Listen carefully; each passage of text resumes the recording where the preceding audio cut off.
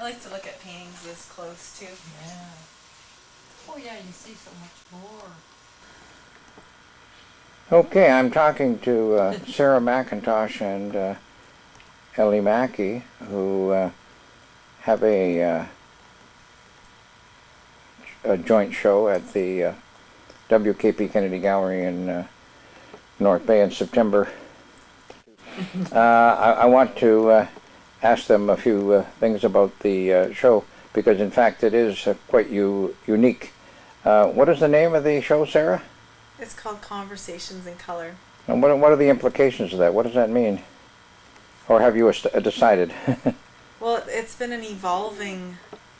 The name has evolved into reality. The name was made up by Dermot, the curator, and he just told me the name, and then I thought, I better get a hold of this woman and start a conversation, because the thought was there, I'll just keep working on my own, and because the show is so far out. And what was the purpose of the conversations? Started out just getting to know each other and each other's work, because we get to know each other through seeing the work. So when I came to Ellie's studio and I saw her paintings, I started to feel the vibration of her work. When I started to paint again, I was really, going through all the old books and stuff and feeling out Helen Frankenthaler, Morris Lewis and Olitsky and Mark Rothko, all of the lyrical abstraction kind of. Yeah, that was the name of my show 2 years ago. Yeah. I love these words. The penultimate one is this one here. And this is called... So the conversations are us learning about each other, and conversations about color and technique and impact and emotion and everything, and all life, passion and love, and how risk. Get along. Like it's just evolved and gone beyond Ellie and I to you and to Denis, to our partners and people. Well, presumably when Dermot had this idea, it could have been just the two of you arriving and hanging your paintings and, in a sense, letting the paintings talk to each other. But it went actually to conversation. Now I gather that you've gone beyond that to some extent and actually are working on some work together. Mm-hmm. Can you tell us about that, Sara? We're collaborating. And do you want me to talk? Sure, go ahead. Yeah, First? I kind of feel like it's your turn. Yeah.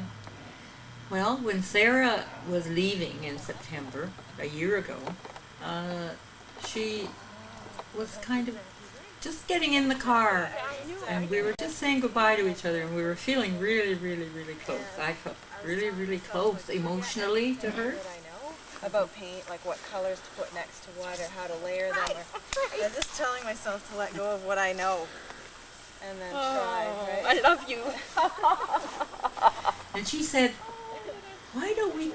When you come out here, why don't we collaborate?" And that word just rung a bell in my head, and I thought about it, and I thought about it, and I thought, wow, would that ever be wonderful to collaborate on actual paintings with each other. But then I didn't quite know what Sara meant, and then when I finally arrived here, you sent the thing in the mail. Don't forget the mail and the application. And Tell us about that. Okay, she called and she said she needed a few ideas to put down in her application for a grant, and she wondered if I had some ideas I could suggest. And so then I visualized the two of us collaborating on one or two paintings, where I would put something down, and then she would respond, like a kind of a visual collaboration, and then she would paint something and send it to me, and I would respond, and so.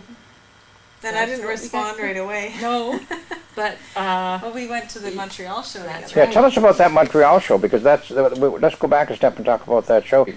Well, the most important thing for me was actually seeing her paintings and experiencing her paintings.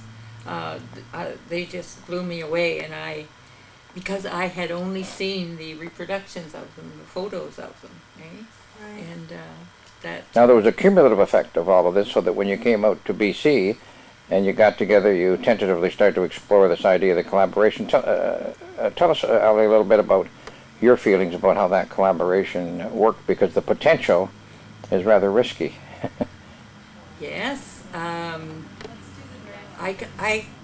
was very afraid and of how we could work together. I hadn't worked on such large pieces in a long while.